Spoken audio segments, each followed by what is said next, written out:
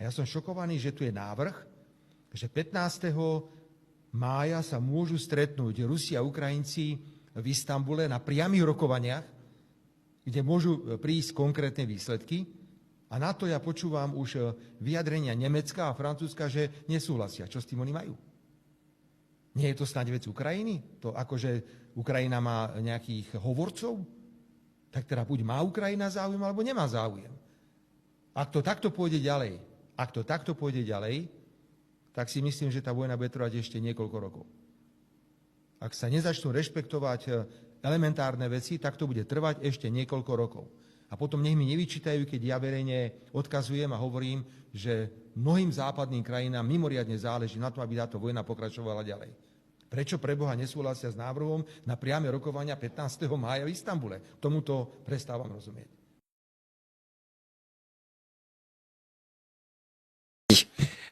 J'aime la France, j'aime la culture française, j'aime le peuple français, mais je n'aime pas les tendances dictatoriales d'Emmanuel Macron. Ah, vous dites que Emmanuel Macron a une tendance dictatoriale? Franța s-a implicat în alegeri. Alors, la France din România, est immiscée dans les élections de Roumanie et l'ambassadeur de France sur ordre d'Emmanuel Macron președintele Curții Constituționale, a discuté avec le président de la Cour constitutionnelle, celle qui a annulé les élections en Roumanie. L'ambassadeur de France était en train de faire la tournée ces dernières semaines dans toutes les régions roumaines afin de persuader les hommes d'affaires et les institutions roumaines de soutenir mon contre-candidat. le maire de Bucarest.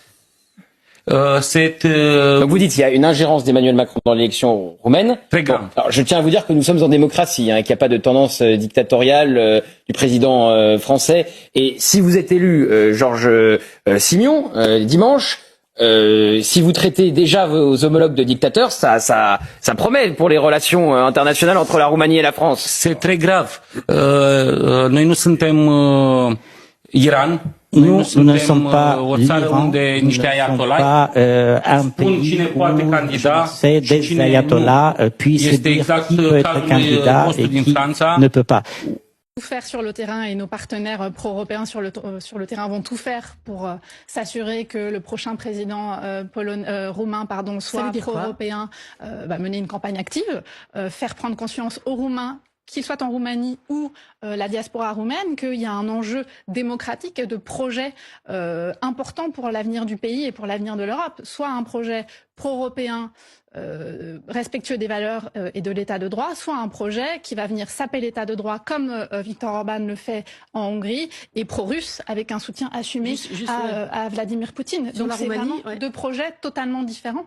Sur la Roumanie, puis on reviendra au niveau plus large européen, mais ça veut dire que vous parlez de la diaspora, ça veut dire qui alors moi, je suis présidente de groupe, je suis engagée dans une famille politique et je vais soutenir le candidat centriste pro-européen en organisant des réunions dans tous les pays, en France aussi, pour appeler la diaspora, les Roumains qui vivent en France, à participer à cette élection et à continuer à construire le projet européen qui est le leur et qui leur permet de vivre en France avec autant d'opportunités économique, sociale, culturelle, grâce à la protection et au projet européen. L'extrême droite a fait 40% au premier tour en Roumanie. Oui, il y a un enjeu démocratique fort et j'appelle tous les responsables politiques roumains et au-delà à rappeler l'enjeu de cette élection et à soutenir le candidat centriste parce que quand on est socialiste ou élu responsable politique de droite en Roumanie, on est pro-européen et on est pro-démocratie. Et donc, il faut qu'il fasse front uni.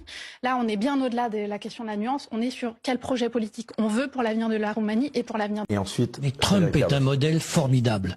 Car il dit, on peut être dirigeant d'un pays et aimer son pays, aimer son peuple et le défendre. Ah, ça, c'est quelque chose de nouveau. Excusez-moi. En France, c'est un produit qu'on n'a pas. Bah, le RN, c'était un peu les Français d'abord, quand même, à un moment donné. Comment? Mais l'Europe d'abord.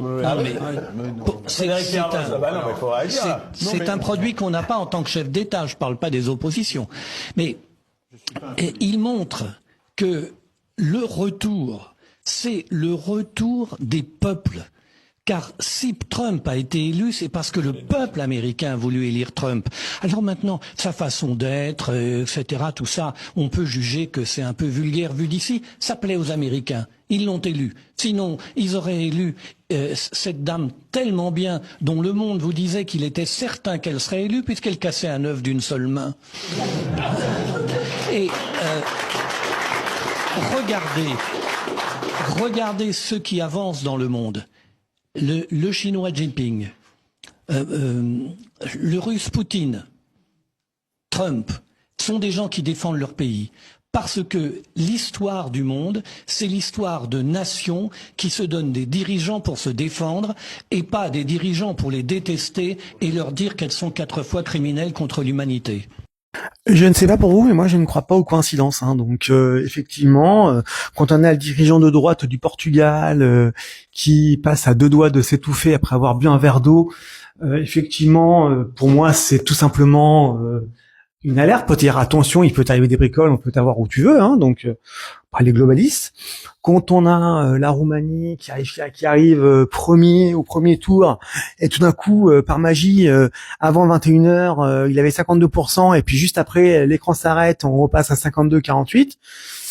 Moi, les coïncidences sont un peu fort de café. Tu rajoutes à ça qu'une Valérie Hayer te dit on fera tout pour que la Roumanie ait quelqu'un pro-européen.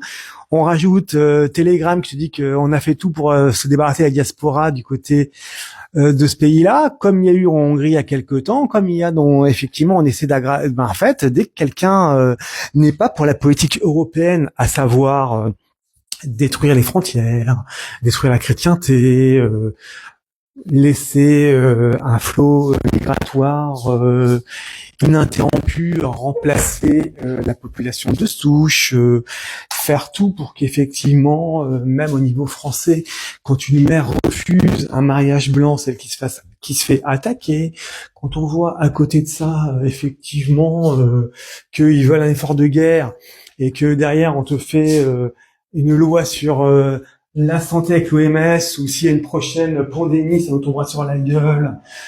On voit un paquet de choses, mais en fait, clairement, l'Europe, n'a rien à envier à l'ex-URSS. Mais au moins, l'ex-URSS, c'était assumé. L'Europe, ça ne l'est pas. En tout cas, maintenant, la Roumanie a décidé de demander l'annulation des élections, pure et dure. On verra si ça arrivera. Il dit effectivement les ingérences de Macron, ce qui m'intéresse, qui ne me surprend pas du tout. Donc effectivement, il est choqué quand on vous dit que on refuse de faire un mariage blanc et derrière ceux qui nous sont sanctionnés.